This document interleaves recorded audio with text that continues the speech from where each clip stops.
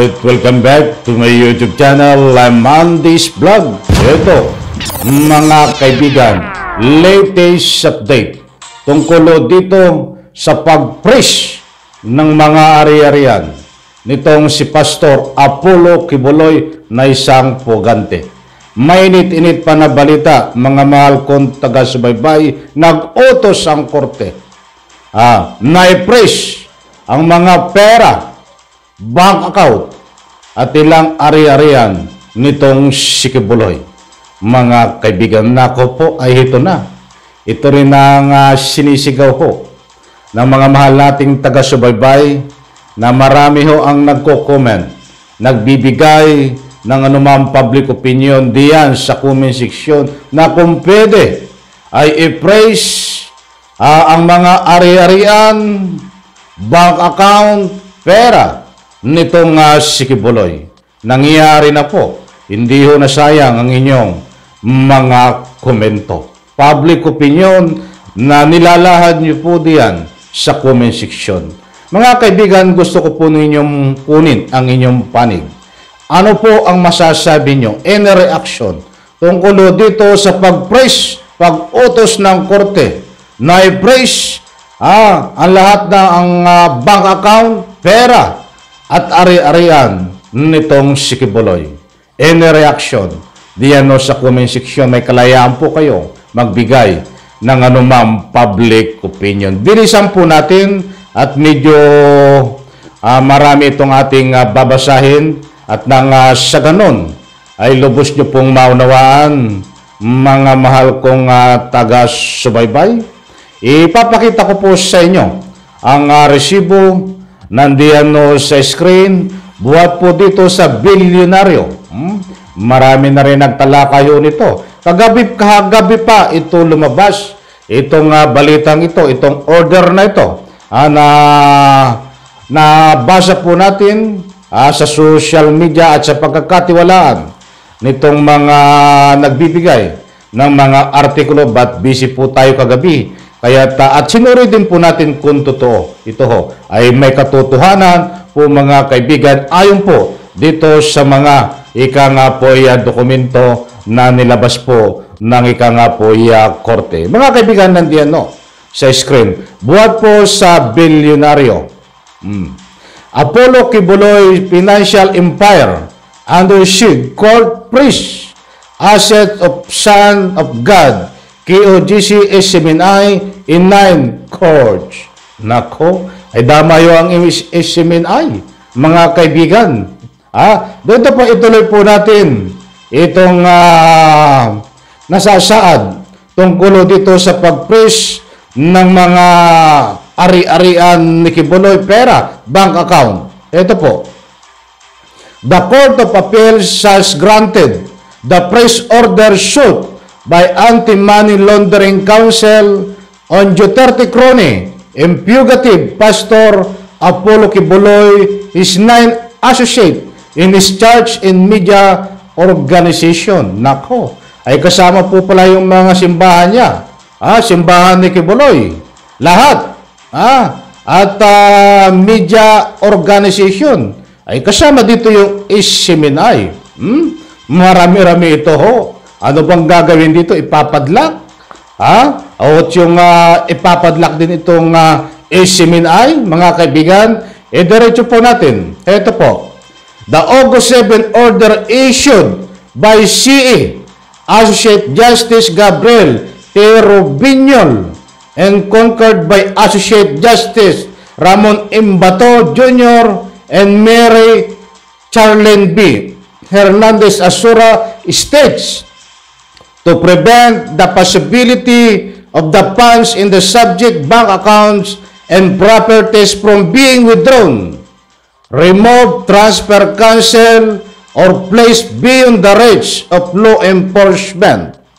This court find appropriate and judicious to issue 20-day freeze order as requested by the petitioner. May sinasya dito na to issue a 20-day freeze order.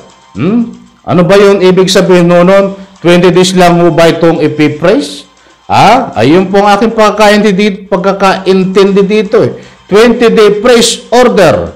Di ba anyway, kung mali po ako doon, ay bibigyan po natin ng linaw. Yung kasi ang pagkakaintindi ko doon ay 20-day praise, mga kaibigan. But ang malinaw po dito ay nagkaroon po ng praise order. Nandiyan po sa screen. Pwede nyo pong i-screenshot. Kung hindi po lubos nyo pong maunawaan at para mabasa nyo po. Nandiyan po sa screen, paki-screenshot. Yun na lang po, mga mahal kong taga-subaybay. Ituloy po. Heto. The praise order obtained by Billionaire.com encompasses. Heto po, yung mga asset. Marami-rami ito.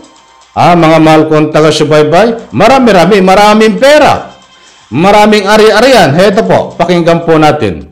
Kibuloy Asset, 10 bank account with BDO, Unibank, and Metropolitan Bank, and Trustco, 7 properties in Davao City, Davao del Norte, and Rua City, 5 vehicles including Toyota Land Cruiser and Cessna 150. O yun, kasama ho. Itong mga bank account na marami, kasama ang 5 vehicles, including Toyota. Nakasahad po doon sa inutos ng korte na praise.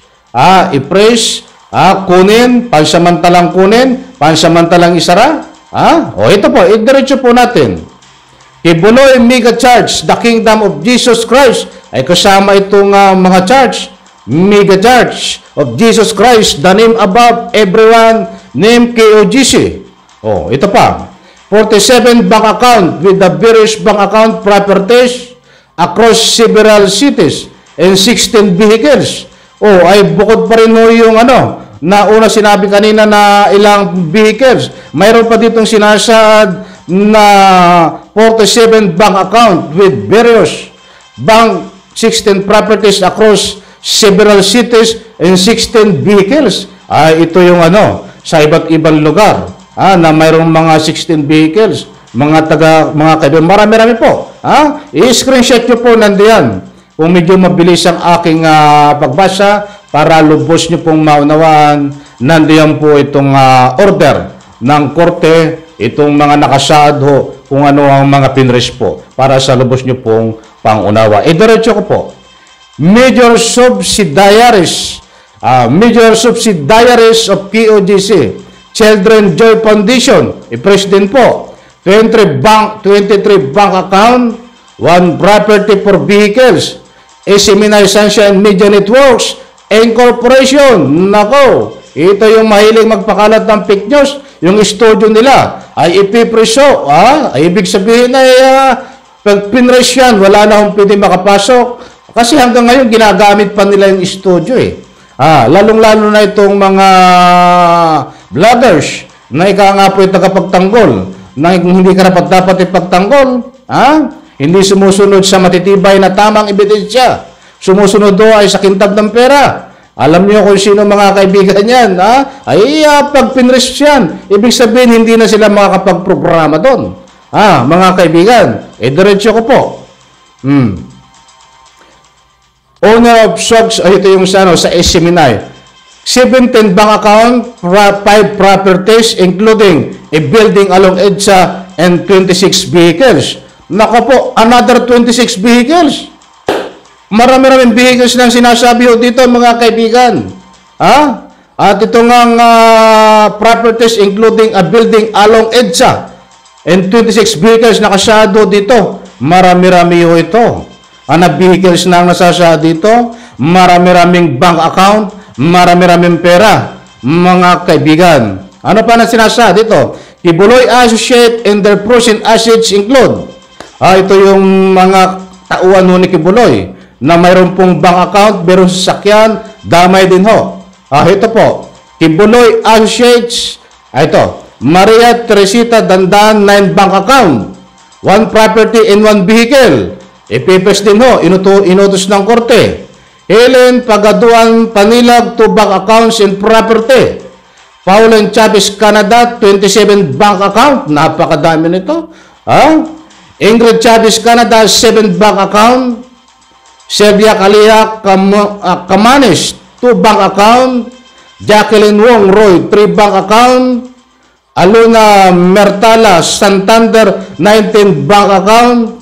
Marlon Bunga Sacuba, 3 bank account.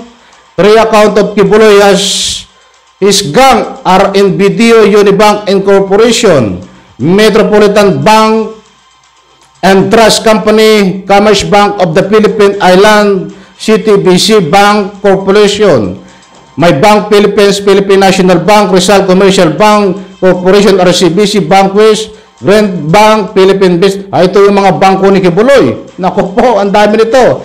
In its decision, CA said KOGC members were sent the US to solicit donation were then deposit into KOGC Philippine accounts to fund a stadium in Kibuloy lifestyle. Money was smuggled into the Philippines by KOGC. O smuggle. Ang mga pera ni Kibuloy into the Philippines by KOGC workers and deposited into KOGC account. They were also forced to hide KOGC as true beneficiary of this solicitation. The CA pointed out the money income of KOGC staff administrator does not match their financial properties. KOGC official account show unusual deposit, withdraw, and remittance transaction inconsistent with their profiles. So, matagal na pala itong iniimbestigahan. The AMLAC began investigating Kibuloy financial activities after requested from the Department of Justice on December 18, 2023. Nang kahapon lang ho, nagkaroon ng decision, mga kaibigan. So, maliwanag po. At bibigyan po natin ng kakulang komentaryo ito, public opinion. At kasi kinulang po tayo sa oras, ang importanteng mahalaga. Ang naihatid ko po sa inyo, hindi po fake news yan, kumpirmado. Nandiyan po sa screen. Ang resibo, kung hindi nyo po lubos maunawaan, inuulit ko, paki-screenshot nyo po at basahin nyo po para lubos nyo pong maunawaan, mga kaibigan. So, ang hindi rin malinaw ho dito, kung itong mga ari-arian nila na pinagkukutaan, yung di umano na sinabi ni General Torre, ay nandiyan si Kibuloy sa loob ng compound ng KOGC na ginagawang human shield ang kanyang mga membro. Hindi lang po natin alam kung kasama yun sa epipress na nakasaad dito sa inutos ng korte, mga kaibigan. Kaya bibigyan po natin ng linaw ito sa susunod nating vlog. Kung alin ba, kung kasama ba yun, kung ano pa na mga ari-arian ng kasama, mga kaibigan. Muli po, sana po ay pasensya na kung hindi ako masyado nagbigay ng anumang komento dito. Hinatid ko lang po sa inyo na na-press na ho ang napakaraming bank account. Inutos po ng korte, napakaraming sasakyan, maraming ari-arian. Ang ibang karagdagan pa po dito na complete details, ihatid ko po sa inyo mamaya. Huwag po kayong mag-alala, abangan nyo po ito. Maraming salamat diyan po sa comment section. Inaanyayahan ko po kayo magbigay ng anumang public opinion. Sa lahat po ng hindi pa nakasubscribe sa aking maliit na YouTube channel, please subscribe. Sabay-sabay po nating i-like ang video na ito. Bye-bye. Palakpakan.